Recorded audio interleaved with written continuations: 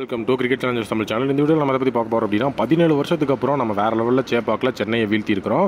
So அந்த மேட்ச்சில் நடந்தது அப்படிங்கிறத பார்க்க போகிறோம். ஃபஸ்ட்டு வந்து டாஸை பொறுத்த வரைக்கும் சென்னை தான் வந்து டாஸை வின் பண்ணாங்க. நாங்கள் பவுலிங் சூஸ் பண்ணுறோன்னு சொல்லி ஆர்சிபி தான் அந்த இடத்துல பேட்டிங்க்கு வர வச்சாங்க. நான் முதல்லே சொல்லியிருந்தேன். ஸோ டோட்டலி வந்து பார்த்தீங்கன்னா லாஸ்ட் 5 மேட்சஸில் ஆர்சிபி vs சிஎஸ்கே அப்படின்னா ஸோ அந்த இடத்துல வந்து டாஸை வின் பண்ணுற டீம் வந்துட்டு மேட்சை தோற்றுருக்காங்க அப்படின்னு. ஸோ அந்த விஷயம் இங்கேயும் நடந்துருச்சு. பட் சேப்பாக் அப்படிங்கிற அந்த ஒரு இடத்துல 17 வருஷம் கழிச்சு நம்ம ஜெயிச்சிருக்கோம். ஆர்சிபியை பொறுத்த வரைக்கும் ஒரு சூப்பரான டார்கெட் தான் அந்த இடத்துல கொடுத்துருந்தாங்க. ஃபில் சால்ட்டோட குவிக் நாக் அப்படிங்கிறது மட்டும் இல்லாமல் கோலியோட ஆங்கர் இன்னிங்ஸ், படிக்கலோட அருமையான ஒரு கேமியோ, ரஜத் படிட்டரோட கன்சிஸ்டண்ட்டான 50. ஸோ டோட்டலி வந்து நம்மளுடைய சிங்கப்பூர் சித்தப்பாவோட எக்ஸ்ட்ராடினரியான டெத் ஓவர் பேட்டிங்னு எல்லாமே சேர்ந்த கலவையாக தான் நேற்று வந்துட்டு நம்மளுடைய பேட்டிங் இருந்தது. ஃபில் சால்ட் 16 பாலில் 32 ரன்னு. விராட் கோலி ரொம்ப ஸ்ட்ரகிள் பண்ணியிருந்தாலும் அதுக்கப்புறம் ஒரு 6 2 பவுண்டரின்னு போட்டு ரன்ன பால் நாக் ஆடி இருந்தார். ஸோ டேவிட் படிக்கல் 14 பாலுக்கு 27. ஸோ டோட்டலி வந்து பார்த்தீங்கன்னா இதில் டாப் ஆர்டரோட விக்கெட்டை 100 அகமதே மொத்தமாக எடுத்துட்டார். டேவிட் படிக்கல் மொத்தமாக வந்து பார்த்தீங்கன்னா 27 ரன் அடிச்சதுக்கப்புறமா ரஜத் படிட்டர் ஒரு எக்ஸ்ட்ராடினரி 50 போட்டார். லியாம் லிவிங்ஸ்டன் பேட்டிங்கில் சொதப்பியிருந்தாலும் பவுலிங்கில் சூப்பரான ஒரு கம்பேக் கொடுத்தாரு. Jitesh Sharma 12 run. So Tim David கடைசியாக டெத் ஓவர்ஸில் வந்து 8 பாலுக்கு 3 சிக்ஸர் அடித்து 22 ரன் அடித்து மாஸ் காட்டினார்.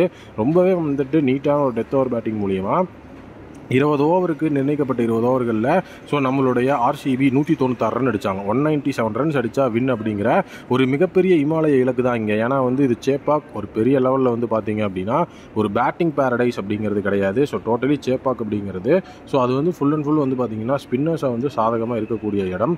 ஸோ சேப்பாக்கை பொறுத்த வரைக்கும் ரொம்ப எஃபிஷியண்ட்டாக ஸ்பின்னர்ஸ் இருப்பாங்க. ஸோ அதனால் பிளேயிங் லெவலில் ஸ்வப்னில் சிங்லாம் வருவாரான்னு எதிர்பார்த்தோம். பட் அந்த மாதிரிலாம் எதுவுமே அங்கே நடக்கல. 97 ரன்ஸ் வந்து டார்கெட். கண்டிப்பாக ஒரு டஃப் ஃபைட் இருக்கும், க்ளோஸாக மேட்ச் போகும்னு நினச்சோம்.